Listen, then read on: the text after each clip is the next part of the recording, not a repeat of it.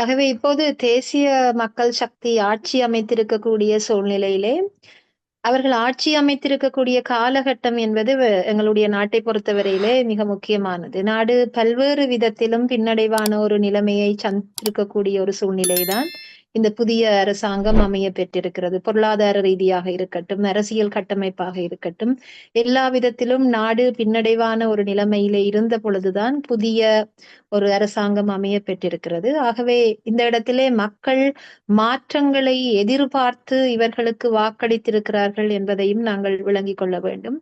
பழையவர்கள் அல்லது பழைய தலைவர்களுடைய செயற்பாடுகளிலே திருப்தி அடையாத மக்கள் ஒரு புதியவரிடம் ஆட்சி பொறுப்பை ஒப்படைக்க விரும்பி அதன் அடிப்படையிலே வாக்களித்திருக்கிறார்கள். ஆகவே ஒட்டுமொத்த இலங்கையும் இந்த தேசிய மக்கள் சக்தியிடமிருந்து சில புதிய விடயங்களை, மாற்றங்களை ஏற்படுத்தக்கூடிய விடயங்களை இவர்கள் செயற்படுத்த வேண்டும் என்கிற எதிர்பார்ப்போடு இருக்கிறார்கள்.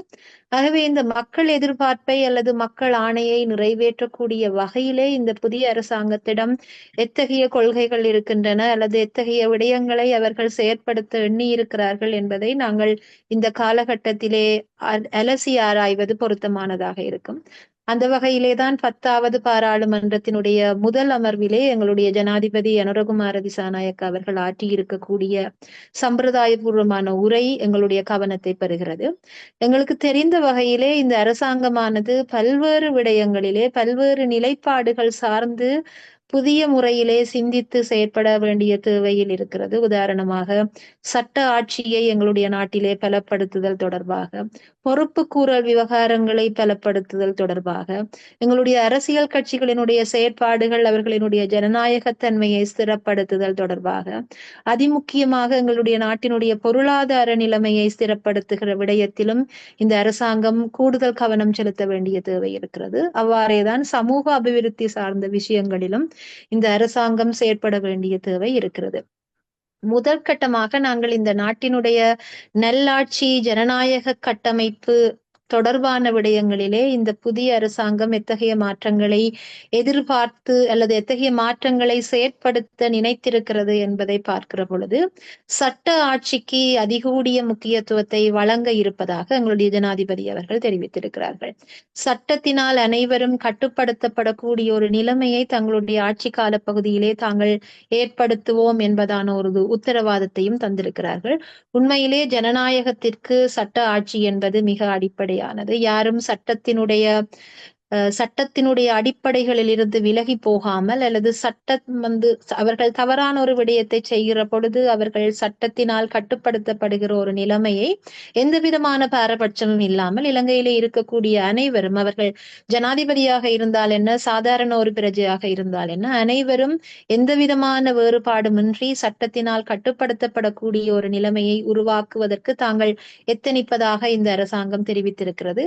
அவர்கள் அதை செயற்படுத்த முடிந்தால் அது உண்மையிலே ஒரு வரவேற்கத்தக்க விடயமாக இருக்கும். எங்களுக்கு தெரிந்த வகையிலே எங்களுடைய நாட்டிலே பல காலங்களிலே சிறப்புரிமைகளாலும் விடுபாட்டுரிமைகளாலும் பலர் தங்களுடைய சட்டவிரோதமான செயற்பாடுகளில் இருந்து தப்பித்து கொண்ட வரலாறு உண்டு. ஆகவே இந்த சட்ட ஆட்சி தொடர்பான ஒரு இறுக்கமான செயற்பாட்டை புதிய அரசாங்கம் செயற்படுத்த வேண்டும் என்பது சாதாரணமாக எங்கள் எல்லோருடைய எதிர்பார்ப்பாகவும் இருக்கிறது. அதே நேரம் பொறுப்புக்கூறல் சார்ந்தும் தாங்கள் கவனம் செலுத்துவோம் என்பதாக இந்த அரசாங்கம் சொல்லி இருக்கிறது. பொறுப்புக்கூறல் என்று பார்க்கிற பொழுது இலங்கையிலே நடந்து முடிந்த யுத்த கால பகுதியிலே இடம்பெற்றதாக சொல்லப்படுகிற யுத்த குற்றங்கள், மனித உரிமைகள் மீறல்கள் சார்ந்த பொறுப்புக்கூறல் இன்னமும் சரியாக மேற்கொள்ளப்படாத ஒரு நிலைமை இருக்கிறது. பல்வேறு சர்வதேச அமைப்புகளினுடைய தலையீடுகள், மேற்பார்வைகள் இது சார்ந்த விடயத்தில் தொடர்ச்சியாக இருந்து வந்திருக்கிற போதிலும் இன்னமும் பொறுப்புக்கூறல் சரியாக இடம்பெறவில்லை என்கிற ஆதங்கம் குறிப்பாக வடக்கு கிழக்கை சார்ந்த மக்களிடத்திலே இருக்கிறது. ஆகவே அந்த பொறுப்புக்கூறல் சார்பாகவும் இந்த அரசாங்கம் எத்தகைய செயற்பாடுகளை முன்னெடுக்க போகிறது என்பதை நாங்கள் ஆவலோடு பார்த்து கொண்டிருக்கிறோம். ஆனாலும் இந்த ஜனாதிபதி தேர்தல் முடிவுற்ற காலப்பகுதிக்கு பின்னர் பாராளுமன்ற தேர்தல் இடம்பெறுவதற்கு முன்னர் இந்த கட்சி சார்ந்தவர்களால் சொல்லப்பட்ட சில அறிவிப்புகள் சில சலனங்களையும் ஏற்படுத்தி இருக்கிறது. உதாரணமாக ஐக்கிய நாடுகள் மனித உரிமைகள் சபையினுடைய தீர்மானங்களை தாங்கள் நிறைவேற்றுவதிலே இருக்கக்கூடிய பிரச்சனைகளை அவர்கள் முன்வைத்திருந்தார்கள். ஆகவே அந்த விடயம் வடக்கு கிழக்கை சார்ந்த மக்கள் மத்தியிலே ஒரு குழப்பத்தை ஏற்படுத்தி இருக்கிறது. இவர்களும் பொறுப்பு கூறல் விடயத்திலே தவறி விடுவார்களோ என்கிற ஒரு அச்சத்தை ஏற்படுத்தி இருக்கிறது. இப்போது அவர்கள் பெரும்பான்மை பலத்தோடு ஆட்சி அமைத்திருக்கக்கூடிய சூழ்நிலையிலே பொறுப்பு கூறல் சார்ந்து, யுத்த குற்றங்கள் சார்ந்து, நடந்து முடிந்த யுத்தத்திலே இடம்பெற்றதாக ஆதாரபூர்வமாக சொல்லப்படுகிற மனித உரிமை மீறல்கள் சார்ந்து சம்பந்தப்பட்டவர்களை தண்டிப்பதற்கான இவர்களுடைய நடவடிக்கைகள் எத்தகையதாக இருக்க போகின்றன என்பதை அறிவதிலே நாங்கள் ஆர்வமாக இருக்கிறோம். கடந்த காலங்களிலே அரசாங்கம் செய்தது போல சிலர் தொடர்ச்சியாக இந்த குற்றங்களிற்கான பொறுப்பு கூறலில் இருந்து விடுவிக்கப்படுகிற சூழ்நிலை தொடருமாக இருந்தால் இந்த அரசாங்கம் மீதான மக்கள் நம்பிக்கையும் மெல்ல மெல்ல குறைவடைந்து செல்வதற்கான ஒரு வாய்ப்பு இருப்பதையும் எங்களால் உணர முடிகிறது. அவ்வாறே இலங்கையிலே நடைபெற்றதாக நாங்கள் அறிகிற பாரதூரமான விடயங்கள் இருக்கிறது. ஈஸ்டர் சண்டே அட்டாக் முதலான விடயங்கள். அவற்றினுடைய சூத்திரதாரிகளை அடையாளம் கண்டு அவர்களை தண்டிப்பதற்கான செயற்பாடுகளை இந்த புதிய அரசாங்கம் என்ன விதமாக கட்டமைத்து செயற்படுத்த போகிறது என்பதும் எங்களுடைய ஆர்வத்துக்குரிய ஒரு விடயமாக இருக்கிறது. அவ்வாறேதான் நாடு இத்தகைய மோசமான பொருளாதார நெருக்கடியை சந்திப்பதற்கு காரணமாக இருந்தவர்களினுடைய பொறுப்பு கூறல் தொடர்பாக இந்த அரசாங்கம் என்ன செய்ய போகிறது, சரியானவர்களை, குற்றம் செய்தவர்களை அடையாளம் கண்டு அவர்களை சட்டத்தின் முன் நிறுத்தி முறையாக தண்டிப்பதற்கான நடவடிக்கைகள் முன்னெடுக்கப்படுமா என்பதையும் நாங்கள் ஆர்வத்தோடு பார்த்து கொண்டிருக்கிறோம். அவ்வாறேதான் நாட்டினுடைய ஊழல் மோசடிகள் தொடர்பான பல குற்றச்சாட்டுகள் எழுந்திருக்கின்றன. சில குற்றச்சாட்டுகள் ஆதாரபூர்வமாக நிரூபிக்கப்பட்டு கொண்டிருக்கின்றன. ஆகவே இத்தகைய குற்றங்களுக்கு பொறுப்பானவர்கள் தொடர்பாக எங்களுடைய அரசாங்கம் என்ன செய்ய போகிறது என்பதையும் நாங்கள் பார்த்து கொண்டிருக்கிறோம். அவ்வாறே ஒரு புதிய அரசியலமைப்பு ஒன்றை இலங்கைக்கு உருவாக்குவது தொடர்பான விருப்பம் அல்லது அதற்கான முன்னெடுப்புகள் இலங்கையிலே தொடர்ச்சியாக இடம்பெற்று வந்திருக்கின்றன. எத்தகைய விடயங்களிலே அரசியலமைப்பு ரீதியான மாற்றங்கள் தேவை என்பது தொடர்பான அறிக்கையிடல்கள் அவ்வப்போது நடந்து வந்திருக்கின்றன. ஆகவே புதிய அரசாங்கம் ஒன்று உருவாகி இருக்கக்கூடிய சூழ்நிலையிலே ஒரு புதிய அரசியலமைப்பு மாற்றத்திற்கு தேவையான 3/2 பெரும்பான்மை கிடைத்திருக்கக்கூடிய ஒரு சூழ்நிலையிலே ஒரு புதிய அரசியலமைப்பை ஒரு பன்மைத்துவ சமூகத்திற்கு பொருத்தமான வகையிலே ஆக்குவதற்கான விருப்பம் இந்த புதிய அரசாங்கத்துக்கு இருக்கிறதாக இருந்தால் அந்த புதிய அரசியலமைப்பு உருவாக்க செயற்பாடுகளை இந்த புதிய அரசாங்கம் எவ்வாறு கட்டமைக்க போகிறது, அதன் விளைவாக உருவாகக்கூடிய புதிய அரசியலமைப்பு இலங்கையிலே நீண்ட காலமாக புரையோடி போயிருக்கிற இன மற்றும் சமூக புதிய சரியான பொருத்தமான அரசியலமைப்பை உருவாக்குமா என்பதையும் நாங்கள் பொறுத்திருந்து பார்க்க வேண்டியதாக இருக்கிறது.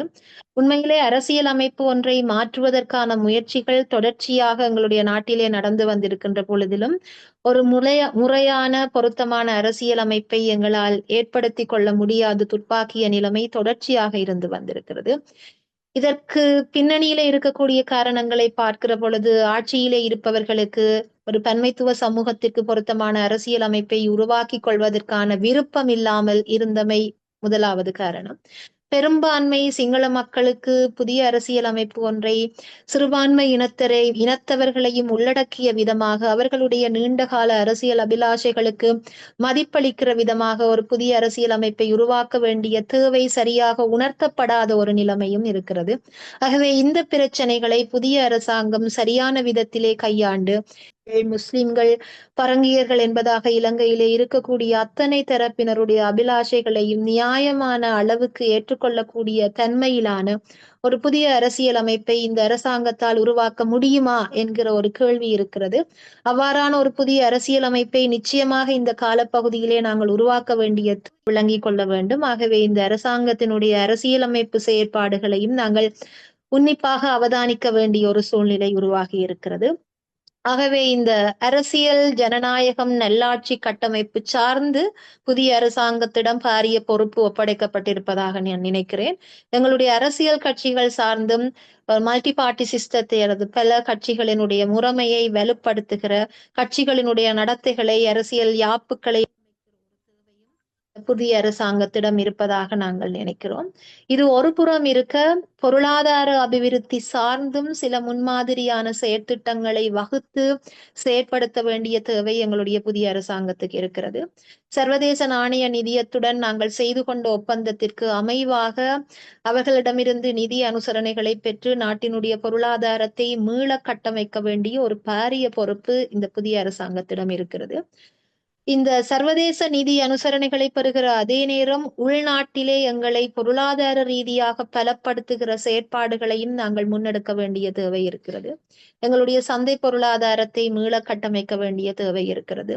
உள்நாட்டு உற்பத்திகளுக்கான முக்கியத்துவத்தை வழங்கி உள்நாட்டு உற்பத்திகளை, அது விவசாயமாக இருக்கலாம், ஏனைய கைத்தொழில் செயற்பாடுகளாக இருக்கலாம், ஆகவே இவற்றை அபிவிருத்தி செய்து தன்னிறைவான ஒரு பொருளாதாரத்தை உள்நாட்டிலும் கட்டியெழுப்ப வேண்டிய தேவை புதிய அரசாங்கத்திற்கு இருக்கிறது.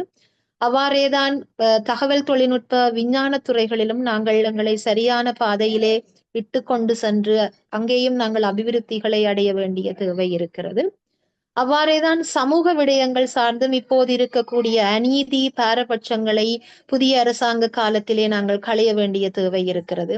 இந்த சமூக மட்டத்திலே இருக்கக்கூடிய வளம் மற்றும் ஏனைய விடயங்களிலே இருக்கக்கூடிய பாரபட்சங்களை களைந்து வளங்கள் சமமாக பகிரப்படுகிற தன்மையை நாங்கள் உறுதி செய்து கொள்ள வேண்டிய தேவை இருக்கிறது.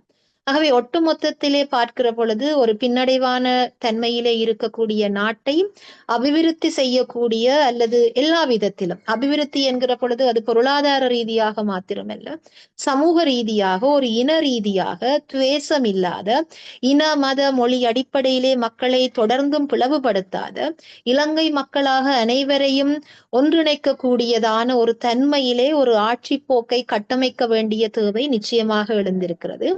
அதை செய்து காட்ட வேண்டிய ஒரு பொறுப்பும் தேசிய மக்கள் சக்தி அரசாங்கத்திற்கு இருக்கிறது. அதை இவர்கள் செய்வார்கள் என்கிற ஏதோ ஒரு நம்பிக்கையிலேதான் மக்கள் இவர்களுக்கு வாக்களித்திருக்கிறார்கள்.